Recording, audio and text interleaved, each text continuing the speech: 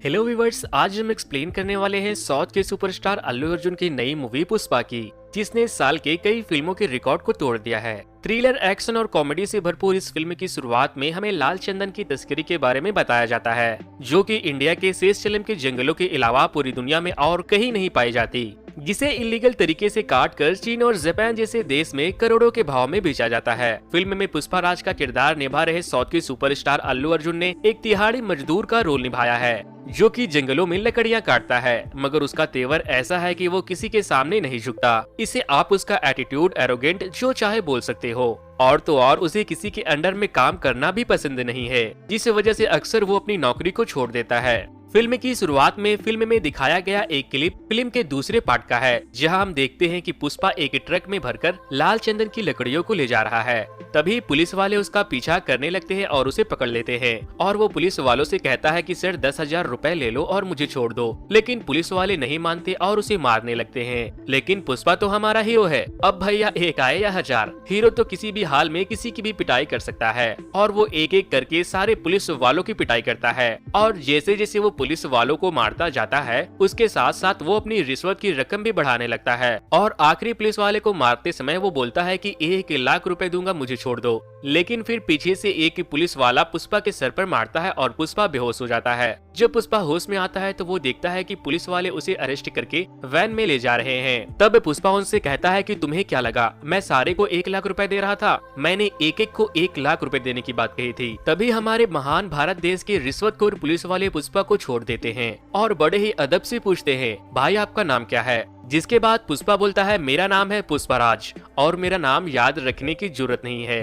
दोस्तों, वैसे अगर अब तक आपने इस वीडियो को लाइक करके मेरे चैनल को सब्सक्राइब नहीं किया, तो आप जरूर से मेरे चैनल को सब्सक्राइब करके वीडियो को लाइक कर दे, क्योंकि वीडियो को लाइक करने और चैनल को सब्सक्राइब करने में उतना वक्त नहीं लगता जितना वक्त मुझे आप लोगों के लिए इस तरह की वीडियो बनाने में लग जाती है। अब फिल्म में प्रेजेंट का सीन दिखाया जाता है, जहां पुष्पा अपने एक टांग के ऊपर दूसरा टांग चढ़ाकर चाय में ब्रेड डुबो कर खा रहा होता है। तभी उसका मालिक वहां आ जाता है और पुष्पा बिंदास अपने अंदाज में बैठकर ब्रेड और चाय पेल रहा होता है। पुष्पा के इस एटीट्यूड को देखकर उसका मालिक बहुत गुस्सा होता है, क्योंकि उसने बाकियों की तरह उसकी इज्जत नहीं की थी। जिसके बाद कंपनी का मैनेजर आता है और उसे समझाता है कि वो हमारा मालिक है, अगर तुम उनके सामने थोड़ा ठीक से पेश आओगे तो क्या बिगड़ जाएगा। जिसके बाद पुष्पा को गुस्सा आ जाता है और वो अपने मैनेजर से कहता है कि मैं पैसे अपने काम करने के लिए लेता हूँ, मालिक की इज्जत करने के लिए नहीं। और वो गुस्से में अपने पैसे लेकर वहाँ से चला जाता है। मैनेजर उसे देखकर बोलता है, तेरा ये अकड़ एक दिन तुझे बर्बाद कर देगा पुष्पा। पुष्पा के हाव भाव को देखकर एक और मजदूर काम छोड़ देता है, जिसका नाम केशव है। वो पुष्पा के साथ जाने लगता है। जब मैनेजर उसे पूछता है, तू कहाँ जा रहा है, तेरे में तो अकड़ भी नहीं है, तब वो बोलता है कि उसे देखकर मेरे अंदर भी अकड़ आ गई है। और आफ्टर ऑल इसने पूरी फिल्म में हंसाने वाला काम किया है। दोस्तों, इस पूरे फिल्म में केशव ने बहुत ही हंसाने वाला काम किया है। फिर अगली सुबह वो दोनों अपनी नौकरी बदल देते हैं, जहां उसे एक ऐसी नौकरी के बारे में पता चलता है जिसे करने से उसे दिन के 250 के बजाय 1,000 रुपए मिलेंगे। वो दोनों उसी नौकरी में चले जाते हैं, जहां उसे लाल चंदन के पेड़ों से लकड़ियां काटनी होती है। वो दोनों ट्रक में बैठकर जंगल में चले जाते हैं। तभी वहाँ डीएसपी गोविंद छापा मारने के लिए आता है, जिसे देखने के बाद एक बच्चा सीटी मारकर सबको अलर्ट कर देता है। जिसके बाद सभी मजदूर वहाँ से भागने लगते हैं। तभी पुष्पा वहां आकर उन सबको समझाता है और उन्हें कहता है कि हम अपनी मेहनत की कमाई पुलिस वाले को इतनी आसानी से ले जाने नहीं देंगे, और वो सारे लकड़ियों को छिपा देता है। जब पुलिस वाले और डीएसपी वहां पहुंचते हैं तो देखते हैं कि आज कोई भी मजदूर वहां से भागा नहीं है। और पुलिस वाले जब उनसे पूछते हैं कि लकड़ियां कहाँ है, तब वो लोग बोलते हैं कि तुम खुद लकड़ियां ढूंढ लो। पुलिस वालों के काफी छानबीन के बाद भी लकड़ियां उन्हें नहीं मिलती। डीएसपी पुष्पा को गोली मारने की धमकी देता है। तभी पुष्पा उन्हें कहता है कि तुम सिर्फ 5 हो और हम 60, अगर तुमने गोली चलाई तो तुम्हारे शरीर की कुल्हाड़ियों से 60 टुकड़े किए जाएंगे। जिसके बाद एक हवलदार डीएसपी को समझाता है और वो लोग वहां से चले जाते हैं। फिर पुष्पा ऊपर से लकड़ियों को गिराता है, जिसे उसने पेड़ पर छिपा दिया था। उस दिन तो कम पुलिस फोर्स होने की वजह से डीएसपी कुछ नहीं कर पाता, लेकिन अगले दिन वो ढेर सारी पुलिस फोर्स को लेकर रेड मारने जंगल में पहुंचता है। और पुष्पा पुलिस वालों को देखते ही उन पर हमला कर देता है, और उसके साथ साथ बाकी के मजदूर भी पुलिस वालों को पत्थर फेंककर मारने लगते हैं, जिस वजह से डीएसपी एयर फायरिंग करने लगता है। और फायरिंग की वजह से वहाँ से सारे मजदूर डरकर भागने लगते हैं। और तभी पुष्पा लकड़ियों से भरी ट्रक को वहाँ से लेकर भाग जाता है और पुलिस वाले उसका पीछा करने लगते हैं। और थोड़ी देर बाद पुष्पा वहाँ से गायब हो जाता है। और फिर पुष्पा खुद ब खुद पुलिस वालों के सामने आ जाता है। लेकिन पुलिस वालों के हाथों पुष्पा तो लग जाता है, लेकिन पुलिस को लकड़ियां और ट्रक दोनों नहीं मिलती और फिर पुलिस वाले पुष्पा को थाने ले जाकर उसकी जमकर कुटाई करते हैं। पुलिस पुष्पा को मार मार कर कुत्तों की तरह हफने लगते हैं, लेकिन पुष्पा को कोई फर्क नहीं पड़ता और काफी टॉर्चर करने के बाद भी वो ट्रक के बारे में नहीं बताता। फिर एक पुलिस वाले को पुष्पा के बारे में एक ऐसी बात पता चलती है जो पुष्पा को बचपन से बहुत तकलीफ देती आ रही थी। अब हमें इस मूवी में यहाँ पर पुष्पा के बचपन का एक सीन दिखाया जाता है, जहां हमें ये पता चलता है कि पुष्पा की मां एक बड़े घर के आदमी से प्यार करती थी और वो आदमी भी पुष्पा की मां से प्यार करता था, जिस वजह से दोनों में नजदीकियां बढ़ी और दोनों में संबंध बने और फिर पुष्पा की मां प्रेग्नेंट हो गई और पुष्पा का जन्म हुआ। लेकिन पुष्पा के पिता ने उसकी मां से शादी नहीं की थी, जिस वजह से पुष्पा के सौतेले भाई उसे कभी भी अपने नाम के साथ अपने पिता का नाम नहीं लगाने देते थे और उसे नाजायज मानते और उसे नीचा दिखाने की पूरी कोशिश किया करते थे। और ये बात जब भी पुष्पा को याद आती तो पुष्पा बहुत तकलीफ महसूस करता था। पुष्पा का कोई भी सरनेम नहीं था और वो अपने नाम के साथ अपने पिता का नाम नहीं लगा सकता था। फिर अगले सीन में हमें 3 भाइयों के बारे में बताया जाता है। सबसे छोटे का नाम जॉली रेड्डी है, जो बहुत बड़ा स्टार है। अगर मैं अपने भाषा में बोलूं तो ये साला बहुत बड़ा हरामी है। इसे शराब और लड़कियों के अलावा कुछ और नहीं दिखता। जब भी गांव में किसी की शादी होती है तो उसकी बीवी के साथ सुहागरात ये कमीना मनाता है। बीच वाले भाई का नाम जाका रेड्डी है, जो शार्प माइंडेड और इंटेलिजेंट है और यही अपने पूरे बिजनेस को संभालता है। और सबसे बड़े भाई यानी कि इस टकलू गेंडे जैसे दिखने वाले का नाम कोंडा रेड्डी है, जिसने अपने दुश्मन को जान से मारने के चक्कर में अपना एक हाथ गवा दिया और अब वो अपने बाएं हाथ से खाता भी है और धोता भी है। और पुष्पा इन्हीं 3 भाइयों के लिए काम करता है। जब इन 3 भाइयों को पता चलता है कि उनके एक मजदूर ने उनके करोड़ों के लकड़ियों को कहीं छिपा दिया है और पुलिस वालों के मार के बाद भी कुछ नहीं उगला, तो ये लोग उनसे मिलने थाने आ जाते हैं और उनसे ट्रक के बारे में पूछते हैं। लेकिन पुष्पा उनसे 5 लाख रुपए और अपनी बेल की मांग करता है और वो लोग उसे बेल करवा देते हैं। फिर पुष्पा उन लोगों को उस जगह लेकर जाता है जहां उसने ट्रक को छिपाया था। दरअसल पुष्पा ने पुलिस की नजरों से ट्रक को छिपाने के लिए कुएं में कुदा दिया था। फिर ट्रक को जेसीबी की मदद से बाहर निकाला जाता है और फिर वो लोग पुष्पा को 5 लाख रुपए देते हैं। लेकिन जब पुष्पा वापस से उन लोगों के साथ उनके वैन में बैठकर वापस आने लगता है तो जॉली रेड्डी उसे 10 रुपए देता है और उसे बोलता है, अपनी औकात मत भूल, ये ले 10 रुपए और ऑटो में आ। तभी पुष्पा को बहुत गुस्सा आता है और वो केशव को 5 लाख रुपए दे देता है और वो केशव से कहता है कि अभी जाकर तू बिल्कुल वैसे ही लाल रंग की एक गाड़ी लेकर आ, तभी मैं यहाँ से जाऊंगा। जिसके बाद केशव वो वैन खरीद कर ले आता है। अब हम देखते हैं कि कोंडा रेड्डी अपने मजदूरों पर काफी गुस्सा था, क्योंकि उनके मजदूरों की बेवकूफी की वजह से लकड़ियां पुलिस की हाथों लगने लगी थी। तभी पुष्पा वहां आ जाता है और कहता है, अगर मेरे प्लान से चलोगे तो कभी पकड़े नहीं जाओगे। और वो कोंडा रेड्डी को लकड़ियां स्मगल करने का एक शानदार प्लान बताता है।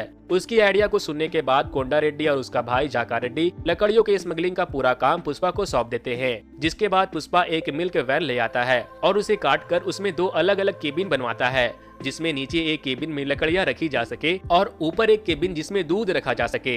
वो उस वैन को कुछ इस तरह से डिजाइन करवाता है और इस तरीके से वो आराम से लकड़ियों को स्मगल करके जंगल से बाहर ले जा सकता है। फिर जब एक दिन पुष्पा टैंकर में दूध भर रहा था, तभी उसकी नजर शेरवली पर पड़ती है और उसे देखते ही पुष्पा को उससे प्यार हो जाता है। जिसके बाद इस धमाकेदार फिल्म में थोड़ी सी रोमांस और कॉमेडी भी दिखाई जाती है। शेरवली को देखने के बाद से पुष्पा उसका पीछा करने लगता है और हर दिन बस इस इंतजार में उसका पीछा करता है कि शायद आज वो उसे एक बार नोटिस कर ले। इस तरह से कई महीने बीत जाती है, लेकिन शेरवली पुष्पा को नहीं देखती। इन सब के दौरान केशव बेचारा बहुत परेशान हो रहा था, क्योंकि पुष्पा के साथ साथ उसे भी भटकना पड़ता था। फिर एक दिन केशव शेरवली की सहेलियों को पैसे देता है और उनसे कहता है कि तुम शेरवली को कहो कि वो पुष्पा को देखकर हंसे। फिर उनके सहेलियों के काफी मनाने के बाद शेरवली मान जाती है। फिर अगले सीन में हम देखते हैं कि शेरवली पुष्पा को देखकर हंसती है। उसे हंसते हुए देखकर पुष्पा बहुत खुश होता है और अपने इमोशन पर कंट्रोल नहीं कर पाता और उसे बात करने के लिए उसके पास चला जाता है। लेकिन जब पुष्पा शेरवली के पास जाता है तब वो उसे बताती है कि केशव ने उसे हंसने के लिए 1000 रुपए दिए थे। जिसे सुनने के बाद पुष्पा को काफी गुस्सा आता है और वो केशव की पिटाई करता है और वो केशव से कहता है कि अगर तूने हंसने के लिए सिर्फ 1000 रुपए दिए थे तो इस बार तू उसे 5000 रुपए दे और बोल कि मुझे किस करे। फिर अगले सीन में एक और नए कैरेक्टर की एंट्री होती है, जिसका नाम मंगल सीनू है और पूरा कोंडा गैंग अपना पूरा माल मंगल सीनू को ही बेचता है। तो यहाँ पर मंगल सीनू कोंडा रेड्डी के पास आता है और उसे एक काम देता है। मंगल सीनू कोंडा रेड्डी से कहता है कि पुलिस को उसके सारे सीक्रेट्स गोदाम के बारे में पता लग चुका है, इसलिए वो अब से वो सारी चंदन की लकड़ियों को इस नए गोडाउन पर रखेगा। लेकिन इसके लिए उसे एक ऐसे आदमी की जरूरत होती है जो इन लकड़ियों का देख रेख अच्छे से कर सके, और इस काम के लिए कोंडा की नजरों में पुष्पा के अलावा और कोई दूसरा इंसान भी नहीं था। जिसके थोड़े ही दिनों बाद पुलिस को उस नई जगह के बारे में खबर लग जाती है और पुष्पा पुलिस से बचाने के लिए उन सारे लकड़ियों को नदी में फेंक देता है। और जब पुलिस यहाँ पर चेकिंग करने आती है तो यहाँ पर उन्हें कुछ नहीं मिलता। और दूसरी तरफ हम देखते हैं कि लकड़ियाँ झरनों से गिरकर नदियों के जरिए एक डैम में आकर कलेक्ट हो रहा है, क्योंकि केशव ने डैम के मालिक को पैसे देकर डैम से बहने वाले पानी को बंद करवा दिया था।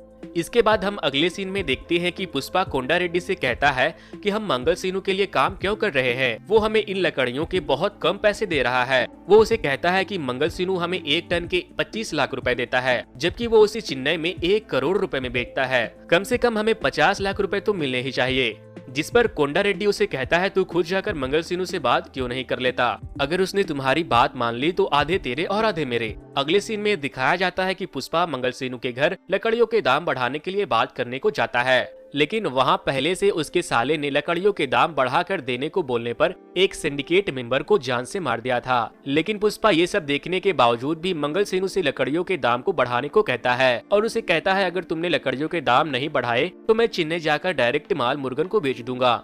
जिसके बाद मंगल सीनू उसे कहता है मुझे चेन्नई तक माल पहुंचाने के लिए 15 चेकपोस्ट पार करने पड़ते हैं, जिसके लिए मुझे बहुत से पैसे पुलिस वाले को देने पड़ते हैं, और वो दाम बढ़ाने को मना कर देता है। जिसके बाद पुष्पा उसी के फोन से चेन्नई फोन करता है और मुर्गन से कहता है कि मैं अपना माल लेकर आ रहा हूँ। मैं पहले अपना माल मंगल को बेचा करता था, लेकिन अब मुझे अपना माल डायरेक्ट आपको बेचना है। जिसके बाद मंगल सीनू के लोगों को काफी गुस्सा आता है और वो लोग पुष्पा पर हमला कर देते हैं, लेकिन पुष्पा सबकी पिटाई कर देता है। फिर अगले सीन में हम देखते हैं कि पुष्पा चेन्नई जाकर अपना माल डायरेक्ट मुर्गन को बेच रहा है, जहां उसे मंगल सीनू 1 टन के 25 लाख दे रहा था, मुर्गन उसे 1 टन के 1 करोड़ रुपए देता है। फिर अगले सीन में हम देखते हैं कि जॉली रेड्डी ने पुष्पा के बाप को बंदी बना लिया है और उसकी पिटाई कर रहा था, क्योंकि उसने पुलिस से हाथ मिला लिया था और उसके लास्ट गोडाउन का एड्रेस उसने ही पुलिस को बताया था। जिसके बाद एक मजदूर जॉली रेड्डी को बताता है कि उसकी बेटी बहुत खूबसूरत है। जिसके बाद जॉली रेड्डी शेरवली को फोन करता है और उसे कहता है अगर मेरे साथ सुहाग रात मनाएगी तभी तुम्हारे बाप को जिंदा जाने दूंगा। शेरवली ये सारी बात जाकर पुष्पा को बताती है और पुष्पा जाकर जॉली रेड्डी की खूब पिटाई करता है और उसे इतना मारता है कि वो कोमा में चला जाता है। कोंडा रेड्डी अपने भाई पर हमला करने वाले को कुत्तों की तरह ढूंढता है, लेकिन उसका कुछ भी अता पता नहीं चलता। लेकिन एक दिन पुष्पा और केशव जॉली रेड्डी के साथ उन्होंने जो किया उसके बारे में बात कर रहे थे, लेकिन तभी अचानक कोंडा रेड्डी आ जाता है। वो उनकी बातें सुन लेता है, लेकिन ये बात पुष्पा और केशव को पता नहीं चलता कि उनकी बात कोंडा रेड्डी ने सुन ली है। फिर एक दिन कोंडा रेड्डी पुष्पा को अपने साथ कहीं लेकर जाता है और तभी वो अचानक पुष्पा को बंदी बना लेता है और वहाँ उसने पहले से ही पुष्पा को मारने का पूरा प्लान बनाया हुआ था।